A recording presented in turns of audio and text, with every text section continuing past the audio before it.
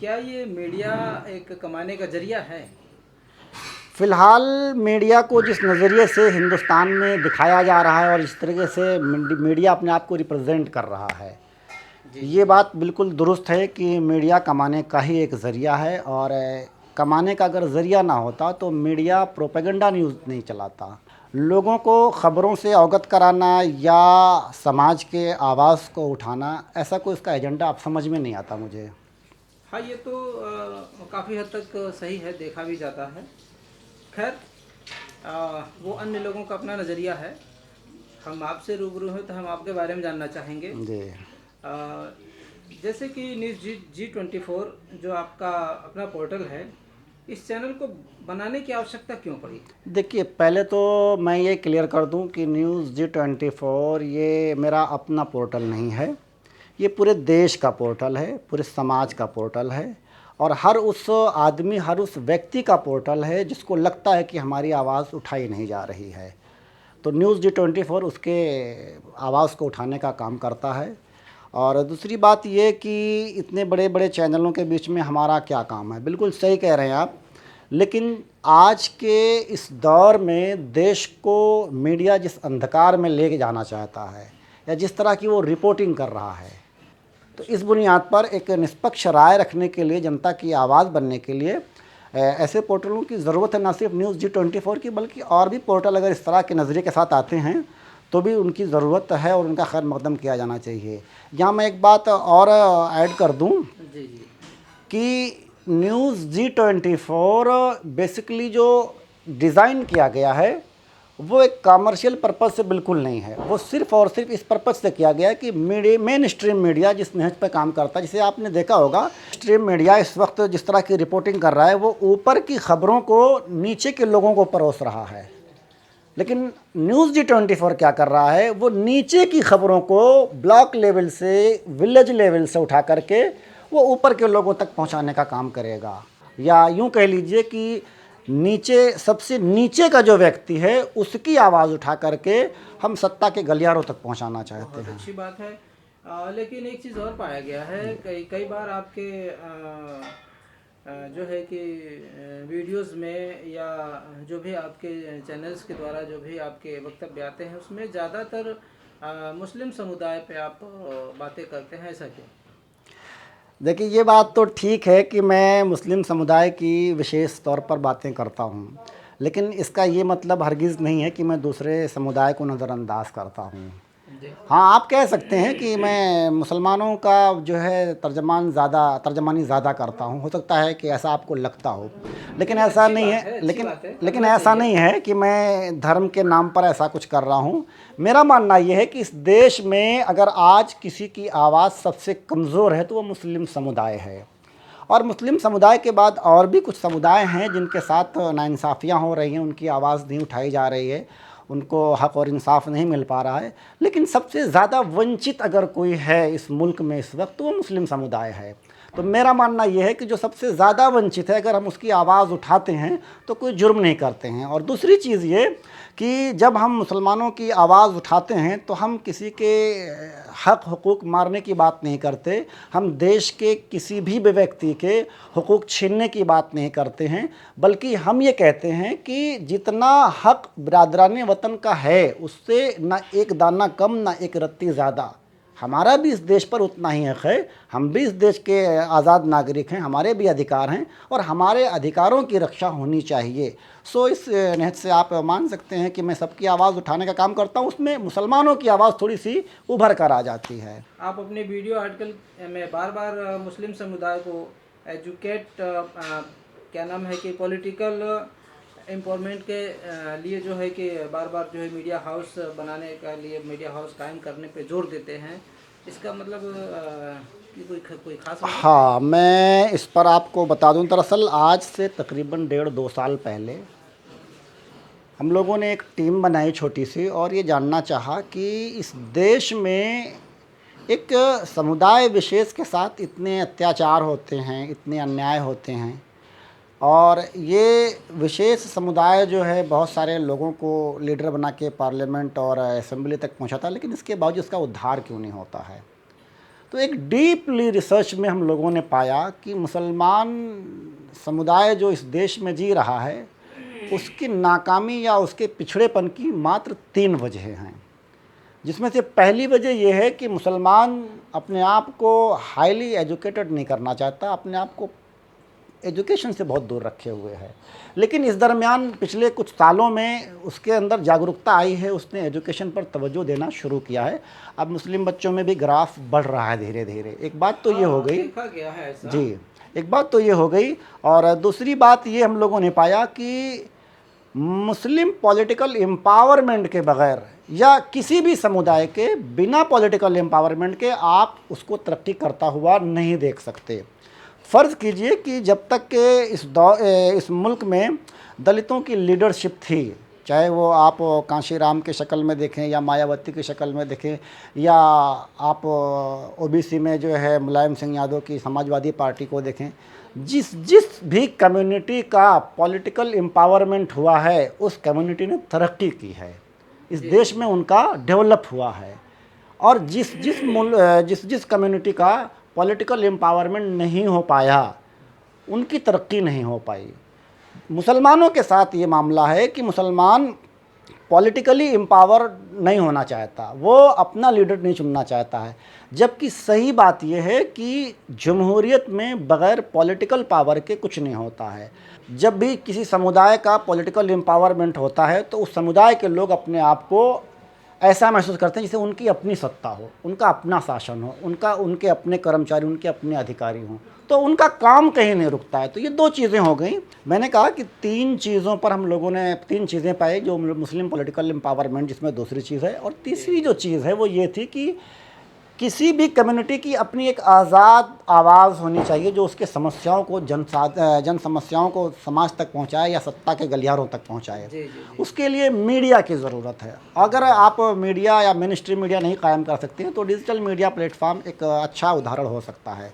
जहाँ तक media department की बात है वो पूरा खाली पड़ा हुआ है और उसमें इंडिविजुअली कुछ लोग काम कर रहे हैं लेकिन इज्तिमाई शक्ल में कोई काम नहीं कर रहा है। अब रहेगी बात आपकी, आप कह रहे हैं कि आप पॉलिटिकल लाइन अपनाना चाहते हैं।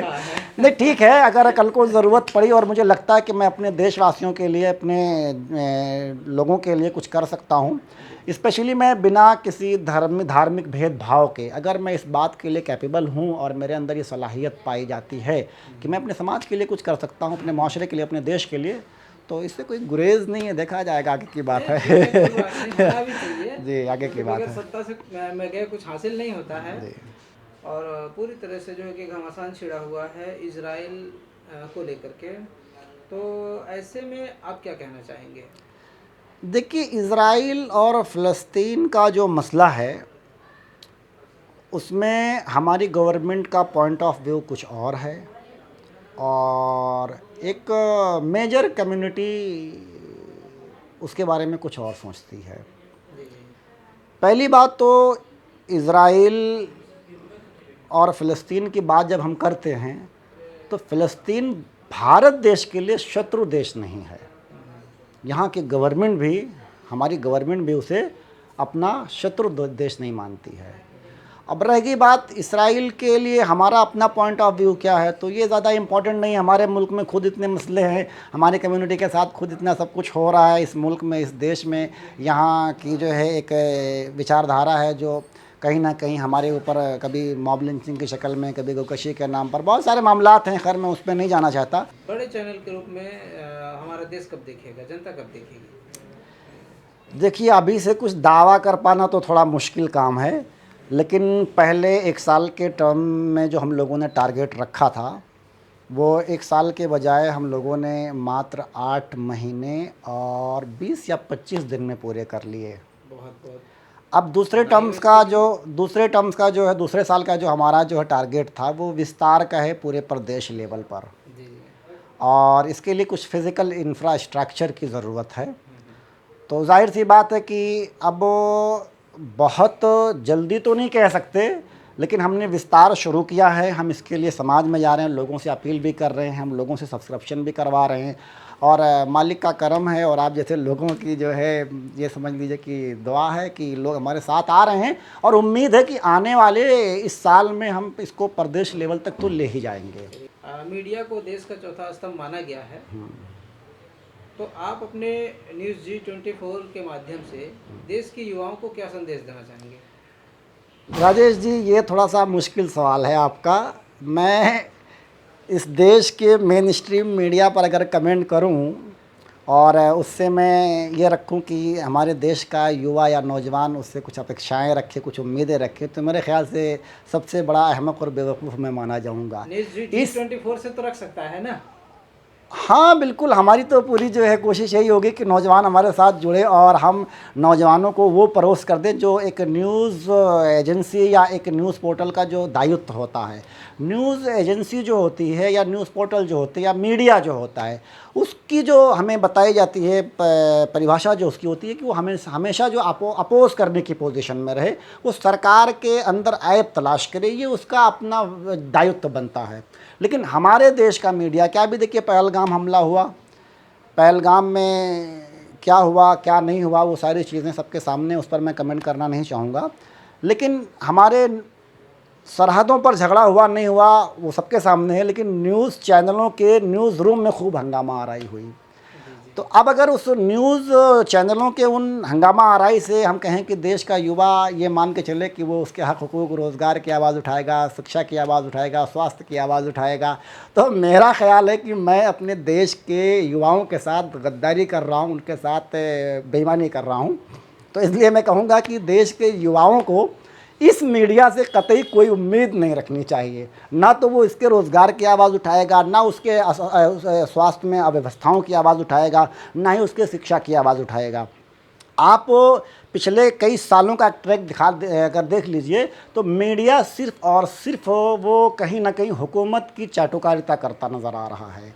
अब जो डिपार्टमेंट या जो चौथा स्तंभ जिसको आप कह रहे हैं, अगर वो गवर्नमेंट की चाटुकारिता कर रहा है या सत्ताधारी पार्टी या पूंजीवाद का जो है खुतबा पढ़ रहा है, तो वो समाज के निचले तबके या समाज की ज़रूरतों को कब उठा पाएगा। अच्छा, एक चीज़ और है कि मीडिया जो है ना, वो मैंने कहा कि कमर्शियल हब है। उनका मकसद सिर्फ टीआरपी बटोरना है, उनको जन समस्याओं से कोई लेना देना नहीं। अगर उन्हें जन समस्याओं से कोई लेना देना होता तो एक बात बताइए, हालांकि ये बात पॉलिटिकल हो जाएगी, कि 2014 से पहले वादा किया गया था कि इस मुल्क में 100 स्मार्ट सिटी बनेंगे। कहाँ है 100 स्मार्ट सिटी? आपका लखनऊ है स्मार्ट सिटी में? खैर ये तो गवर्नमेंट का अपना एक फंडा है। नहीं, गवर्नमेंट का फंडा है, ठीक है सर, लेकिन हमारे कहने का मतलब ये है कि मीडिया ही की ये जिम्मेदारी है। मीडिया ने ही ये खबरें चलाई थी कि 100 स्मार्ट सिटी बनेंगे, 15 लाख रुपए आएंगे और क्या नाम है, बुलेट ट्रेन चलेगी 2022 में। 2022 आया चला गया, 2025 आ गया, बुलेट ट्रेन कहाँ है? कहाँ गई वो 5 ट्रिलियन की जो इकोनॉमी? वो 5 लाख क्या नाम है, कितना ना 15 लाख रुपए आने थे खातों में। शायद आपको मिल गया, मुझे तो नहीं मिला भाई, अगर मिल जाए तो दिला दीजिए। तो कहने का मतलब मेरे ये है कि मीडिया जब किसी की मतलब विचारधारा को बढ़ा चढ़ाकर पेश करता है ना, तो अगर वो विचारधारा वो काम नहीं करती है तो उसे सवाल भी करना चाहिए। अब अपने देश की मीडिया का क्या हाल है कि अब देखिए नेहा सिंह राठौर ने कुछ सवाल पूछ लिए तो नेहा सिंह राठौर को जो है वो उस पर ट्रायल चल रहा है मीडिया में। नागवार लगा। तो सवाल पूछना ये जमहूरियत में, ये लोकतंत्र में गुनाह कब हो गया? तो जो मीडिया सवाल पूछने को गुनाह समझने लगा, वो मीडिया जनता के लिए क्या करेगा, युवाओं के लिए क्या करेगा, महिलाओं के लिए क्या करेगा, शिक्षा स्टूडेंट के लिए क्या करेगा? कुछ नहीं करेगा वो भाई। जब वो सवाल पूछना अपना दायित्व ही नहीं समझता है तो फिर वो तो एक गवर्नमेंट का प्रवक्ता बनकर बैठा हुआ है। तो उससे मैं बोलूँगा कि भाई देखो, ऐसा है, अगर आप चाहते हैं कि इस देश का मीडिया सुधरे तो प्लीज़ उसको देखने की ज़रूरत नहीं है। ऐसे सोर्सेस ये मान लिया जाए कि न्यूज़ G24 जो है जी, वो आने वाले समय में जी, युवाओं के लिए या हमारे देश के लिए एक अच्छा मीडिया चैनल लेकर के अपने आप को उभरेगा और एक अच्छा संदेश देगा सबसे हटके। देखिए, हमारी कोशिश तो ये है कि हम समाज के हर उस हिस्से की आवाज़ बने जिसकी आवाज़ कोई नहीं उठा रहा है। स्पेशली अगर मैं बात करूं तो मैं या हमारा ये संस्था जो हमारी ये संस्था जो है उन मुद्दों को टच करती है जो मुद्दे समाज से जुड़े हुए होते हैं। हम आप देख लीजिए हमारे पोर्टल पर हम रिवायती ख़बरें नहीं छाप रहे हैं, हम बहुत सारी चीज़ों को कवर नहीं करते, हम उन्हीं मुद्दों को टच करते हैं जिन मुद्दों से समाज को लेना देना होता है। और हमारी ये कोशिश होती है कि हम विभाग से भी उससे मुताल्लिक सवाल करें, पूछें और उस मसले का हल करवाएं। बहुत सारे मुद्दे हमने उठाए और मैं कुछ मुद्दों का आपको उदाहरण दे दूं, और सरकार की भी तारीफ़ करनी पड़ेगी आपको यहाँ कि अगर मीडिया अपने आप में आ जाए तो सरकार को काम करने पर मजबूर भी कर देता है। हमारे यहाँ दुर्गा पूजा के मौके पर पिंडाल को लेकर बवाल हो गया बढ़नी कस्बे में। 2 घंटे के अंदर हम लोगों ने एक वीडियो जनरेट करके मतलब उसको पब्लिश किया।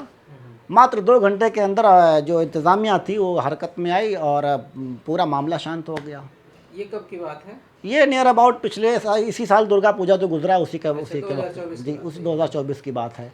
इसके अलावा मैं आपको बता दूं कि बहराइच दंगे में पहला न्यूज़ चैनल था, प्लेटफार्म, जिसने ये कहा कि अब्दुल हमीद के घर में गोपाल मिश्रा की मौत हुई। ये बात सत्य है, लेकिन अब्दुल हमीद ने ही मारा, ये बात चर्चा का विषय नहीं होना चाहिए, बल्कि ये जांच का विषय होना चाहिए, इसकी इंक्वायरी होनी चाहिए न्यायिक। अब आप सोचिए कि तमाम मीडिया चैनल उस वक्त जिस तरह की रिपोर्टिंग कर रहे थे, वो कह रहे थे नाखून उखाड़ लिया तो बाल नोच लिया तो पकड़ से जो है उंगलियां नोच ली गई तो हड्डियां तोड़ दी गई। ये रिपोर्टिंग है, ये तो लोगों के दरमियान नफ़रत को फैलाना है। जब हमारी वीडियो नियर अबाउट 10,000 12,000 लोगों तक पहुंची, उसके बाद भास्कर ने जा कर के जो स्टिंग ऑपरेशन किया, और उसके स्टिंग ऑपरेशन के बाद इन्होंने जितना रायता फैलाया था मेन स्ट्रीम मीडिया ने, सब पे पानी फिर गया। आज बहुत सारे लोगों की ज़मानतें हो गई इसमें। नहीं, मैं आपके माध्यम से कहूँगा कि जो भी इंसाफ पसंद व्यक्ति है, नौजवान हो, बूढ़ा हो, जवान हो, पुरुष हो, महिला हो, हमारे साथ जुड़िए, हमारे साथ काम कीजिए। हम आपको बिलफौर तो किसी चीज़ का ऑफ़र नहीं कर सकते, क्योंकि अभी हम खुद जो है लोगों से जो है ताउन लेके काम कर रहे हैं, लेकिन ये है कि आप जिस मीडिया की कामना करते हैं इंशाअल्लाह हम उसका सही स्वरूप आपके सामने लाने में हर संभव कोशिश करेंगे।